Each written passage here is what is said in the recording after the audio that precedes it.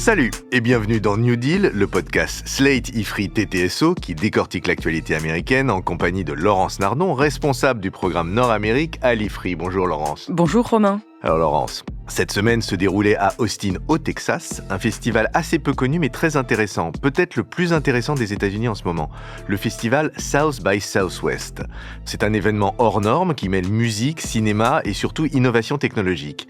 Et chaque année, en février, on peut y découvrir les dernières trouvailles de la tech. L'un des points phares du festival 2026 a été évidemment l'intelligence artificielle et en particulier en point d'orgue, un débat entre Anthropic et OpenAI.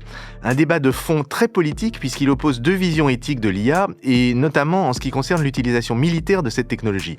N'oublions pas que les États-Unis, comment pourrait-on l'oublier d'ailleurs, que les États-Unis sont en guerre avec l'Iran et que l'intelligence artificielle joue un rôle central dans ce conflit. Qu'est-ce que vous pouvez nous raconter sur ce qui s'est passé à South by Southwest ? D'abord, un mot sur cet événement. C'est donc un festival de musique et de cinéma qui a été créé en 1987. Le nom South by Southwest, qu'on abrège en SXSW, vous l'avez, South by Southwest. C'est évidemment une référence au film d'Hitchcock, North by Northwest. Mais là, évidemment, on est dans le sud-sud-ouest des États-Unis, au Texas. Pendant une semaine, South by Southwest propose donc des démonstrations absolument décoiffantes de nouvelles technologies. C'est là qu'on a découvert, par exemple, en 2007, un obscur service de microblogging qui s'appelait Twitter. Et qui s'appelle X maintenant. Entre quelques films d'auteurs et des concerts de futures stars. On y débat, vous l'avez dit, des grands sujets tech, un peu hors des sentiers battus, avec un côté encore assez roots à ce festival. L'argent n'est pas roi, tout le monde doit faire la queue, même les VIP. Oui, c'est la grande égalisation par les toilettes sèches.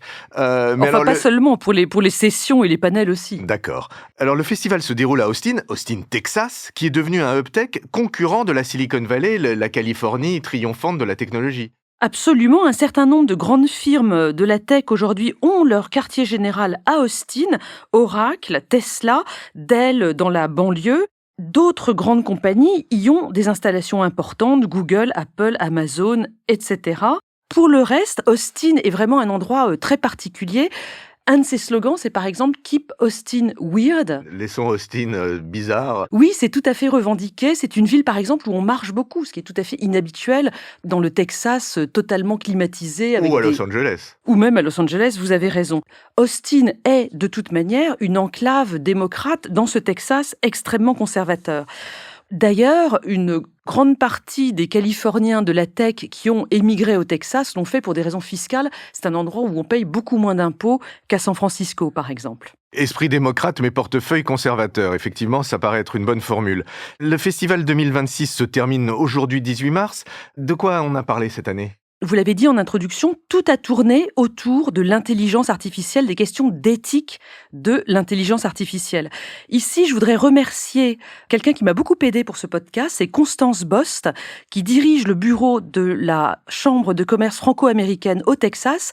Elle nous a écrit une note qui est parue sur le site de l'IFRI le 9 mars. Vous pouvez aller la voir, c'est téléchargeable gratuitement. Et ensuite, elle était elle-même présente au festival et elle m'a retracé les points forts que je vous livre immédiatement. L'un des points phares, c'est la communication de Amy Webb, qui est une grande futurologue extrêmement reconnue. Elle a dit, lors de sa session, que l'intelligence artificielle posait aujourd'hui 3 problèmes principaux absolument brûlants. Le premier, c'est tout ce qui tourne autour de l'humain augmenté. Le fait que, aujourd'hui, l'intelligence artificielle rencontre les biotechnologies, ce qui permet déjà de donner à certains êtres humains d'entre nous des capacités bien supérieures aux autres. Ils vont être plus résistants, plus rapides, plus performants. Au final, ça risque de créer une race d'humains supérieure au reste de l'humanité. Le deuxième, c'est l'augmentation absolument exponentielle de la productivité dans tous les emplois que nous connaissons grâce à l'intelligence artificielle. Beaucoup de gens vont perdre leur emploi dans des tâches qu'on jugeait jusqu'à présent protégées. Et ça, c'est pas dans 2 ans, c'est véritablement le mois prochain. Et puis, le troisième sujet dont Amy Webb a parlé, c'est ce qu'elle appelle la délégation émotionnelle. Oula, c'est quoi ça, la délégation émotionnelle ? C'est le fait qu'on va commencer très bientôt à gérer tous nos besoins émotionnels, donc, mais plus largement affectifs et de relations sociales, grâce aux agents conversationnels, entre autres, à l'intelligence artificielle. On avait vu il y a une petite dizaine d'années maintenant le film Her, avec la voix de Scarlett Johansson et Joaquin Phoenix qui tombait amoureux de son interface d'intelligence artificielle. On voit bien que aujourd'hui, cette réalité s'impose à nous de manière de plus en plus quotidienne. Oui, et le tout géré par des entreprises qui veulent faire du profit sans aucune précaution éthique. Amy Webb blâme notamment OpenAI et son patron Sam Altman. J'ajoute un dernier problème signalé par l'un des participants au festival de cette année, c'est qu'aujourd'hui, ces logiciels ont une puissance de calcul telle que les programmateurs eux-mêmes n'arrivent déjà plus à comprendre leur fonctionnement. Ouais, les codes d'intelligence artificielle eux-mêmes codent au-delà des capacités humaines et donc échappent déjà totalement à leur concepteur. Ce sont évidemment des évolutions vertigineuses. Et comment est-ce qu'on peut imposer des règles à l'intelligence artificielle ? Sur ce point, il y a eu un débat encore plus immédiat pendant le festival, on en a parlé en introduction, entre d'une part Anthropic, une entreprise dirigée par Darius Amodei et sa sœur Daniela Amodei, ce sont eux qui proposent le système Claude, et puis de l'autre côté donc OpenAI qui fait ChatGPT. Oui, alors sachant que ces débats sont particulièrement chauds et fratricides même, puisque Anthropic a été créé par Darius Amodei et sa sœur, comme vous le dites, qui sont des anciens, enfin pour Darius Amodei en tout cas, des anciens de ChatGPT qui ont claqué la porte devant le manque d'éthique et de précaution pris par ChatGPT dans le développement de ses propres intelligences artificielles. Oui, c'est particulièrement ironique parce que OpenAI a été fondé par les gens que vous citez et d'autres en 2015, à l'origine comme une organisation à but non lucratif. Elle se situait à ce moment-là totalement dans l'idéalisme de la tech des origines. Et depuis, on le sait, OpenAI s'est mué en un acteur hybride avec d'une part une entité commerciale, celle que l'on voit à l'œuvre, et puis la structure d'origine non-profit qui reste en contrôle mais un petit peu en retrait. Et alors concrètement, de quoi ils ont parlé OpenAI et Anthropic ? C'est quoi le débat entre eux ? Anthropic avait des contrats avec l'administration fédérale américaine et notamment avec le Pentagone, un contrat à 200 millions en l'occurrence, mais avait réussi à imposer des garde-fous dans ce contrat. En gros, le Pentagone, sur les réseaux militaires classifiés, ne pouvait pas faire complètement ce qu'il voulait en termes de surveillance de la population ou en termes d'armes entièrement autonomes gérées par l'intelligence artificielle sur le champ de bataille. Ils ne pouvaient pas utiliser les produits d'Anthropic pour ça. Exactement. Or, le Pentagone de Donald Trump, à l'automne dernier, a dit que c'était pas possible et d'ailleurs, ils ont présenté un argument juridique. À leurs yeux, c'est pas à une entreprise privée dont on achète les produits de réguler l'usage que peut en faire le client, surtout si c'est un client public pour des missions de sécurité nationale. C'était ça leur point de vue. Le 27 février, donc il y a quelques semaines, les négociations entre Anthropic et le département de la Défense ont été rompues. Donald Trump, dans la foulée, a ordonné à toutes les agences fédérales de cesser d'utiliser les technologies Anthropic, donc Claude, et a même désigné l'entreprise comme un risque pour la chaîne d'approvisionnement, ce qui est une accusation extrêmement grave dans le code pénal américain, une accusation qui jusqu'à présent n'avait été portée que sur des entreprises étrangères, chinoises ou russes. Et alors, OpenAI, le grand concurrent, en a profité ? Absolument, parce que le même jour, donc 27 février, OpenAI a signé un accord avec le département de la Défense pour leur fournir sa technologie. OpenAI est soutenu dans ce combat contre Anthropic, non seulement évidemment par l'administration Trump, mais par tous les autres acteurs américains de l'intelligence artificielle, dont les investisseurs de type Andreessen, Horowitz, etc. Ils sont les grands investisseurs de la tech aux États-Unis depuis 25 ans. Exactement. Et il faut dire que dans ce contrat qu'elle vient donc de signer avec le département de la Défense, OpenAI précise elle aussi quelques lignes rouges sur la surveillance de masse et puis les armes autonomes, mais ces lignes rouges sont beaucoup plus souples que celles que Anthropic avait posées dans le contrat qui a été dénoncé. Donc ça y est, c'est la fin de l'histoire. OpenAI est dans la place et tout va être cédé aux exigences de Pete Hegseth et du département de la Défense. On va voir parce que Anthropic vient évidemment, on est aux États-Unis, d'engager une action en justice contre l'administration Trump.